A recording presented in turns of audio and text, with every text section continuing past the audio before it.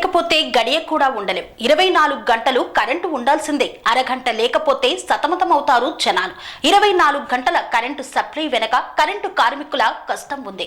వాన వచ్చినా గాలి వచ్చినా ఎండకైనా ఎక్కడైనా ఎప్పుడైనా సమయ పాలన లేకుండా శ్రమించే శ్రామికులు ఎలక్ట్రిసిటీ ఎంప్లాయీస్.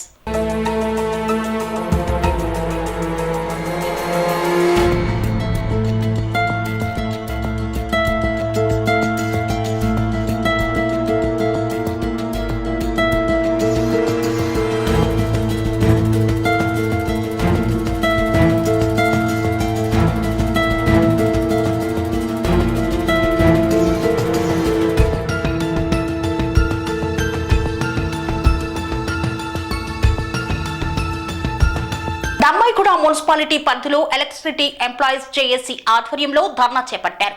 ఏఈ వైఖరి మారాలని డిమాండ్ చేశారు. సమయ పాలన లేని పనితో సతమతం అవుతుంటే అధికారుల వేధింపులు ఎక్కువయ్యాయని వాపోయారు. ఒత్తిడి మాకు మెప్పులు మీకా అంటూ ప్రశ్నించారు.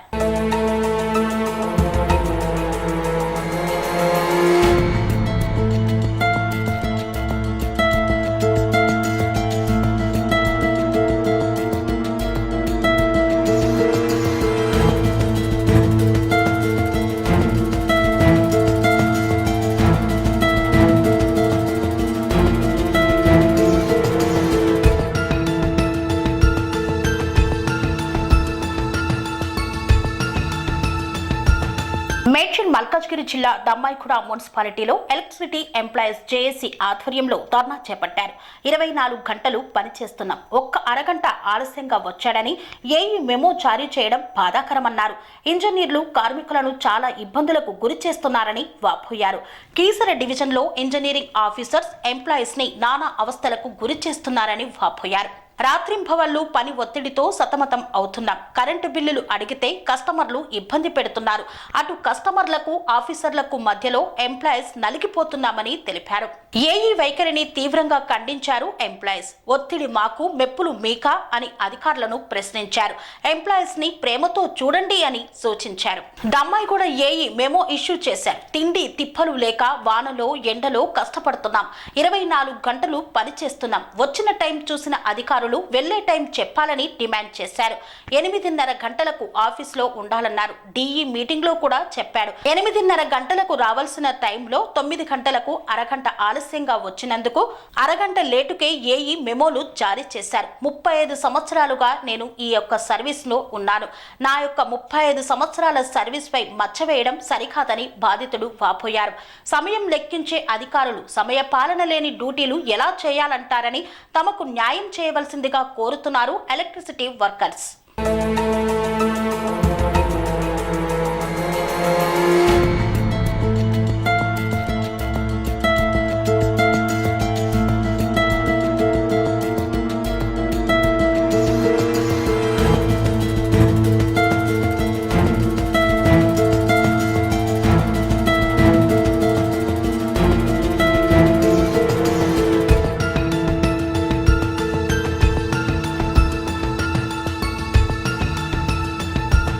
మీడియా మిత్రులకు నమస్కారం.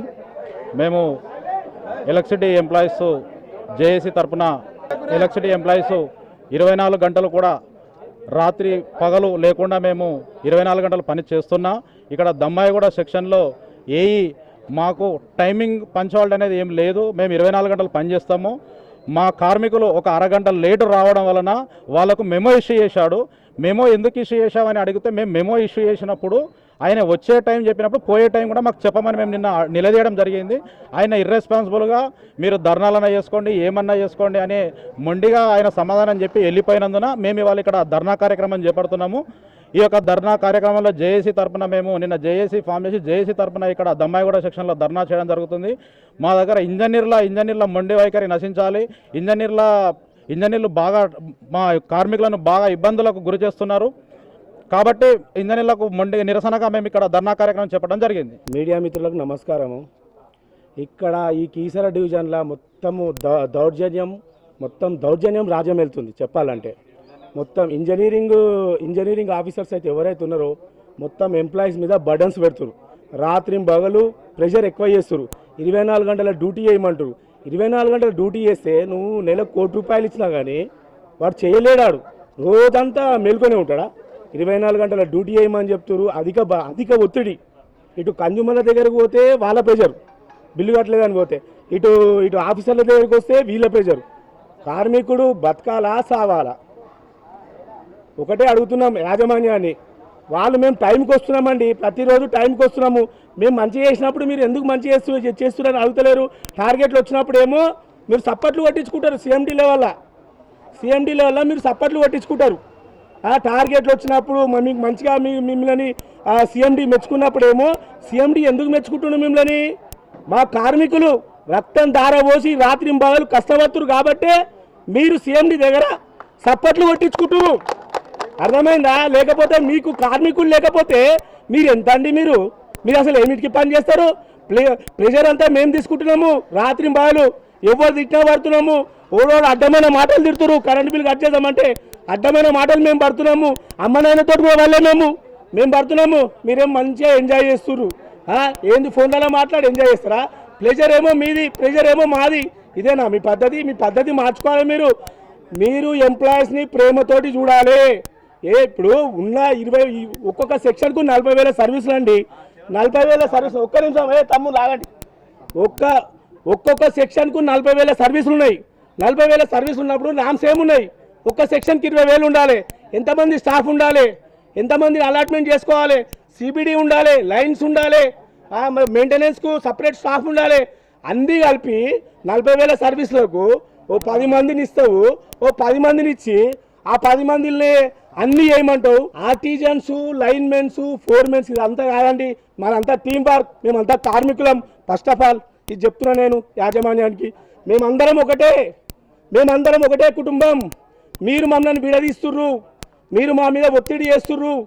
అసలు ఎంత ఉండాలి? ఒక సెక్షన్కు సర్వీసులు 20,000 ఉన్నాయనుకో, 20,000కి ఎంతమంది అలాట్మెంట్ చేయాలి మీకు తెలియదా? సిఎండీలలో మీటింగ్లు అయితే మీరు చెప్పరా?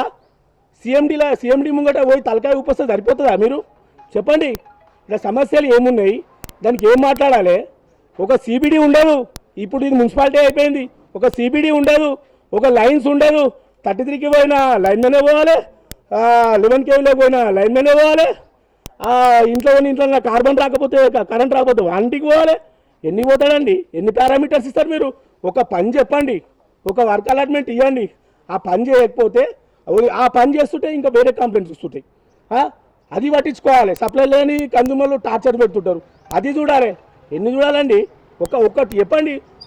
మనిషికి ఒక 2,000 సర్వీసులు ఇచ్చి వాళ్ళు ఏం చేస్తున్నారు? మరి ఆ 2,000 సర్వీసుల వాళ్ళు ఏ పని చెప్పకుండా అదే ఇచ్చి మీరు యాక్షన్ తీసుకుంటే ఒక అర్థం ఉంటుంది, పర్థం ఉంటుంది.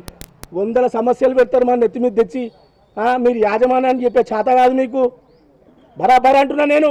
యాజమాన్యానికి మీరు సమస్యని పైకి తీసుకెళ్ళాలండి. మీరు తీసుకెళ్తే అది ఇంతవరకు ఉండదు. ఇట్లా ఎవరెవరు ఏం చేస్తారో ఏకంగా దమ్మాయిగూడ సెక్షన్లా ఈడ మొత్తం అవినీతి రాజ్యం వెళ్తుంది. కాంట్రాక్టర్లే కానీ ఏఏ కానీ మొత్తం ఈడ దౌర్జన్యానికి పాల్పడుతుండు. వాళ్ళు ప్రతిరోజు టైంకి వస్తారండి. 9 గంటలకు నువ్వు రావాలని చెప్పేసి చెప్పావు, బాగానే ఉంది. రాకపోతే ఇక మెమోలు ఇష్యూ చేయడమేనా? సరే 9 గంటలకు చెప్పావు, మరి ఎన్ని గంటలకు పోవాలి? మరి ఆ టైం కూడా ఇవ్వాలి కదా. 9 గంటలకు వచ్చినాను, మరి మనిషి అంటాడు. ఆడు కూడా మనిషే. 8 గంటలు పని చేస్తాడు, 9 గంటలు పని చేస్తాడు, 12 గంటలు 24 గంటలు చేయమంటే వాడు మనిషి చేయాలన్నా? వాడు రాత్రి 12 గంటలకు చేసిపోయినాడు ఉంటాడు. ఇంటికి పోతాడు. నువ్వు 9 గంటలకే రామంటే వస్తాము. మరి పోయే టైం చెప్పు, రాసి. నువ్వు పోయే టైం రాసియండి. ఉన్నదే నీకు తక్కువ మంది. ప్రేమతో పని తీసుకోవాలి.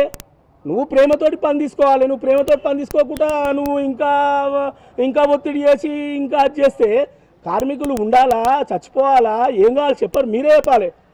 ఏ కార్మికుడు బలైనా, అన్యాయంగా బలైనా కానీ అది మీరు చేసిన హత్యనే. అది యాజమాన్యం చేసిన హత్యనే. ఇప్పటికే మస్తు సమస్యలు ఉన్నాయి. సమస్యల మీద మాట్లాడే మీకు సత్తా లేదు. యాజమాన్యానికి సమస్యలు తీర్చే లేదు. ఏమైనా వచ్చి మీద పడే ఉన్నది. ఇక్కడికి వచ్చిన ఉద్దేశం ఏంటంటే, నిన్న దమ్మాయిగూడ అయ్యగారు అన్యాయంగా లేటుగా వచ్చినామని, ఒక ½ అన్ అవర్ లేట్ వచ్చిరని మెమో ఇష్యూ చేయడం జరిగింది. కాకపోతే మేము 24 గంటలు వర్క్ చేసింది మాత్రం మర్చిపోయారు. 24 గంటలు తిండి లేకుండా, తిప్పలు లేకుండా, వర్షంలా, వానలా, అసలు కాళ్ళు దెబ్బలు దాకని, చేతులు దెబ్బలు దాకని, ఆ పైన పవర్ ఉందా లేదా, బతుకుతున్నామా చస్తున్నామా తెలియకుండా 24 గంటలు చేసింది మర్చిపోయి ఒక ½ అన్ అవర్ లేట్ వస్తే మెమో ఇవ్వడం అనేది చాలా అన్యాయము. ఇది ఇంజనీర్లు మరీ అసలు మానవత్వం కూడా లేకుండా పోయింది ఇంజనీర్లకు. ఇంత ఘోరంగా మెమోలు ఇవ్వడము, 24 గంటలు వేసిన గుర్తిస్తలేరు. వచ్చిన టైం చెప్పిర్రు, మరి పోయే టైం చెప్పంటే మాత్రం చెప్తలేరు. 2 ఉండాలి, ఇన్ అవుట్, ఈ 2 లేవు. కాబట్టి దాని ఉద్దేశంతో ఈ ధర్నా జరుగుతుంది. ఇప్పటికైనా ఇంజనీర్లు మొండి వైఖరి తగ్గించుకోవాలి. అందరితో ప్రేమ స్నేహపూర్వకంగా ఉంటే ఏదైనా సక్సెస్ అవుతుంది. మీడియా మిత్రులకు నమస్కారం. నేను పొద్దుగాల డైలీ 8:30, 9 గంటలకల్లా ఆఫీసులో ఉంటాను. మొన్న డి గారు మీటింగ్ పెట్టిండు కీసాలరా. ఏం చెప్పిండు అంటే ఏగా అందరికీ 9 గంటలకల్లా ఆఫీస్ రావాలని చెప్పిండు. ఆయల్ల నేను ఏం చేసిండు, నాకు ఆయల్ల ఎమర్జెన్సీ ప్రాబ్లం ఉండడం వల్ల నేను జర లేట్ అయిపోయింది. ఆయన 3 కటింగ్ ఉన్నది, 3 కటింగ్ లోపల వస్తానని చెప్పి అనుకొని అట్లా లేట్ అయింది. ఒక హాఫ్ అన్ అవర్లో వచ్చినాక వస్తాల కదా మేమో తయారు చేసిండు. మేమో తీసుకోమని ఇచ్చిండు. ఇస్తే తీసుకొని పెట్టుకున్నా కానీ ఇక ఏం మాట్లాడలే. సైన్ పెట్టనని చెప్పి తీసుకొని బయటకు వచ్చేసిన. నేను ఇప్పుడు ఆగస్టులో రిటైర్డ్, 25 ఆగస్టులో. నేను దగ్గర 35 ఏళ్ళ సర్వీస్ చేస్తున్నా. ఇన్ని ఏళ్ళ సార్ చేస్తున్నా. నాకు మేమో ఇచ్చిర్రు. అది ఇక యూనియన్లకు ఫోన్ చేసి చెప్పిన, ఇట్లా మరి మెమో ఇచ్చిండు ఎట్లా అంటే, సరే మాట్లాడదాం మనం వస్తాం అని నిన్న వచ్చి మాట్లాడుతూ కూడా ఏ గారికి ఇంత ప్రాధాన్యం ఇవ్వలే. మాకు ఏం చేస్తారో చేసుకోరని చెప్పి మమ్మల్ని చేసి హరాస్మెంట్ ఇబ్బందులకు గురి చేస్తుంది.